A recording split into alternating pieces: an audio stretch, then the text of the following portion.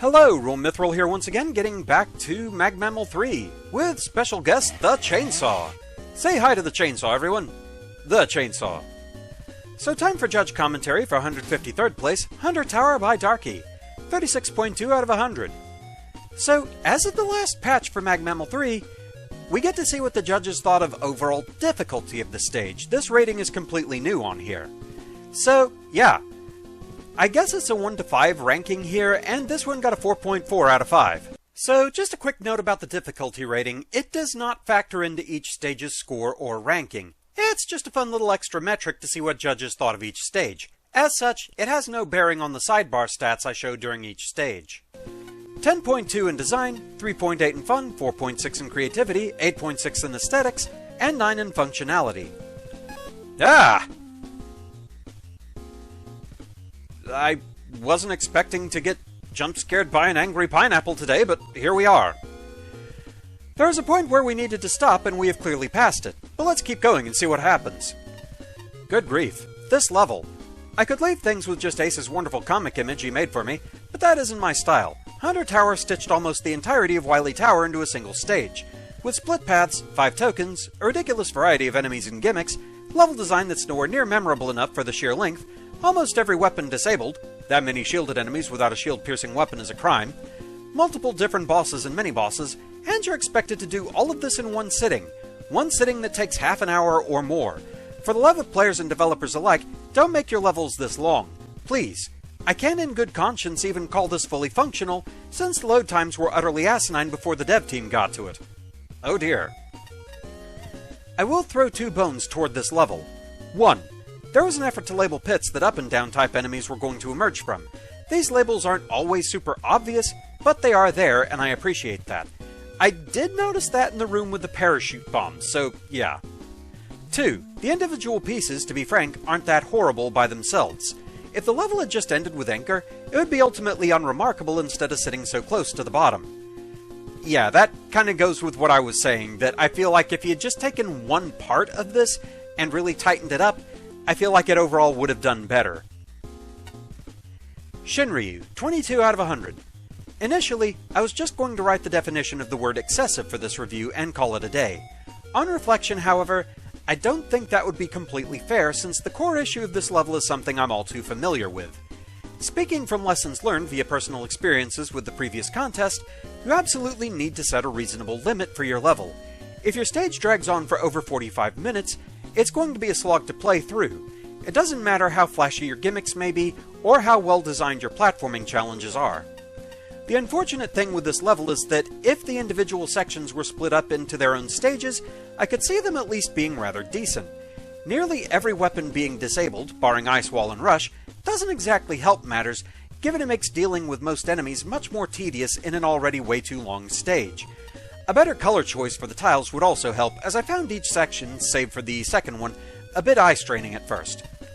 Overall, this stage gives me the impression that it was put together while under a lot of pressure, as in, it was made to be as big and branching as possible to make something impressive under the assumption there wouldn't be another chance to do something like this. Of course, I don't know the actual reason for it, but that's the vibe I'm getting from it. Yeah, I think that's like what I was saying, that I think they were trying to make such a big impression with this stage, it kinda lost itself a bit along the way. If I'm right and that was the case, however, trust me when I say that you don't need to make an overly intricate, large, complex level just to make your mark. If you absolutely know you can make it work, then more power to you, but don't try to go all out just because you feel you need to. That advice extends to everyone who wants to participate in these types of contests in the future. So yeah, I think that's the sort of impression I was getting. Like I said, that they wanted to make a really big impression, so they tried to put in as many possible ideas as they could into one stage, and kinda lost the plot when it came to overall length. Patchy, 53 out of 100. The hunter becomes the prey. This stage just goes on and on, really testing your patience with this one. A lot of the screens seem to feel like they're filler, padded out with the current gimmick of the area or lazily placed shielded enemies. At least it does make use of the gimmicks in somewhat complex ways when they do appear, but they are few and far between. Lack of weapons also means dealing with airborne enemies adds to the slow pacing of the level. Having to try to lure them or get them to cooperate is sometimes not a straightforward task, seriously. freaking machine gun Joes and you have very little room to dodge around. Also, tons of split paths for some reason, and sometimes the rewards are questionable. Places where you expect a token would be, but you just get screws. Yeah, that was also a big one. That makes token hunting even more obnoxious on this big ol' level. The one located in the Crusher section is the worst offender when it comes to questionable split paths, as you fight a more difficult boss otherwise on the harder to reach path because... question marks? Yeah, I was definitely expecting a token there, and I restarted that area so many times to go up there, and nope. That left a bit of an impression. Not a great one. Inconsistent volume of the stage music. Audacity is free. Please use it to adjust volume. They are fine renditions of the Genesis tracks in NES style otherwise.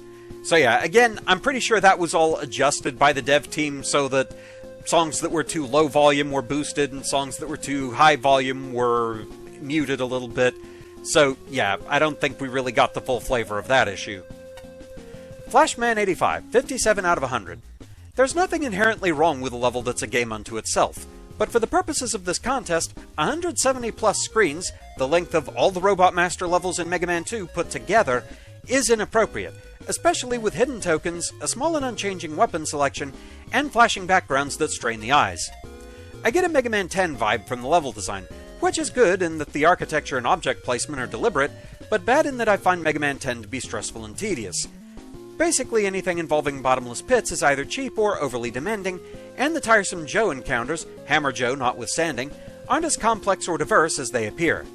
The lack of useful weaponry is my biggest complaint. Having more options for tackling these challenges would greatly improve the replay value and cut some of the frustration, e.g. being forced to fight the dev kit bosses without their weaknesses in boring rooms. More power-ups are necessary to compensate for the distance between checkpoints. It's often hard to distinguish what's foreground, background, or an enemy. Directionality is majorly fuzzy with one of the branching paths. Yeah, I think I know exactly what you're talking about. That definitely hit me. Several elements are introduced, sometimes in bad spots, like the electrified blocks in the Susie fight, and then immediately forgotten. Yeah, those did just kind of come from nowhere and then disappear. On the upside, there are plenty of good challenges. Mole moles, balade missiles, falling rocks and turrets, fire waves and metals, needles used as enemy shields or hazards when falling, both hunter fights, etc. The secret paths are the right amount of sneaky. Although the challenges start to blur together after a while, changing the aesthetics and enemy gimmick selection in each segment keeps the experience from getting stale. Again, the problem here isn't solely the length. It's that the variety of weapons and challenges is limited enough that a first playthrough starts to feel samey, let alone a second one when you're poking around for what you inevitably missed. Yeah, generally, I would have said the length is the big issue, and it still really is, but having more weapons on hand to at least make going back through areas you have to go back through again and again and again due to checkpoint placement, that definitely would have helped. Like, the fact that you're limited to only Ice Wall and a few utilities, that feels kind of arbitrary and not super fun. Ace Spark, 27 out of 100. Oh, that's pretty cute. It's remaking Wily Tower 1. Removing the weapon seems very anti-Wily Tower, though. This is getting rather uninspired and generic, but it's okay. There's the boss. Anchor? Did that just transfer to Wily Tower 2? It's almost as long as the original beeping game. What sociopath submits an entire Wily Castle to a level contest? There's nearly 200 other stages! It's over. It's finally over. God, I can never play that stage ever again. Maybe I can move on to the next. Why, you forgot the tokens. No. And many split paths. No. You see, the ride never ends. Look, I'm exaggerating for comedic effect, but I do take exception to this stage. I cannot understand the thought process behind it. Wily Wars was the third Mega Man game I ever owned, and I normally love seeing more obscure aspects of the franchise referenced and reimagined. But remakes that offer little to nothing new or remove key features to the experience feel rather uncanny and unpleasant when the original exists. And I do appreciate the effort, but given the time limit and how it's entirely vanilla dev kit assets, I don't think you had the skill to pull this off yet. I could judge normally, but we'd have a review twice the length of Yggdrasil's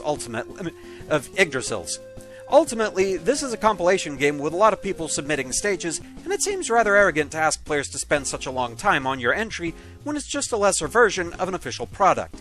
If I wanted to play Wily Tower, I'd go play Wily Tower. So, yeah. Even then, it is kind of a weird thing, where it took a lot of inspiration, obviously, from Wily Tower, I mean, even the name Hunter Tower. It did, like I said, also feel like it was taking inspiration from the Game Boy Fortress stages that weren't broken up into sub-stages. Wily Tower at least had that going for it. And yeah, if you're going to base it on Wily Tower, at least give you more weapons. That, on second thought, really is a big issue here. That, yeah, having all the shielded enemies, very tanky ones, but no other way to really deal with them, it wasn't the greatest feel. I do think that if you had just taken one part of this, really tightened it up, that would have worked better. I think this stage is one of those that falls under the category of too ambitious for its own good. It tried to do too much in a level contest. And so yeah, if the big takeaway people have from your stage is, wow, that was long, that is a bit of an issue. And it's one that, admittedly, here I do have to bring something up. I feel like it wasn't really well communicated by the skip room. And at this point, past me went on another tangent about misunderstanding Can't Find My Keys Man's purpose, which, yes, I've been reminded I was wrong by the time I was editing all this, so ignoring the old fool and moving on. But all the split paths that led to the tokens felt pretty well communicated overall. I at least don't think any of them were on a path that you couldn't return to. I could be wrong on that. Let's be honest, a lot of the stage does kind of blur together. But at this point, I'm guessing any of the side paths that I missed are ones that are just there for bolts or tanks. As Patchy put it, the questionable reward split paths. So, yeah, I don't really feel inclined to go back in and look for those. I'm sorry. Finding the 5 tokens, that was enough for me. I'm happy I found all 5 on my first playthrough. This one, obviously, a one-level video, that one. And, man, a heck of a welcome back to RoahmMythril. Like I said, I was warned. I knew something was coming. But with that, thank you very much for watching. I hope you're enjoying the series so far, and I shall see you again next time. Until then, fare thee well. Chainsaw! Chainsaw! Chainsaw!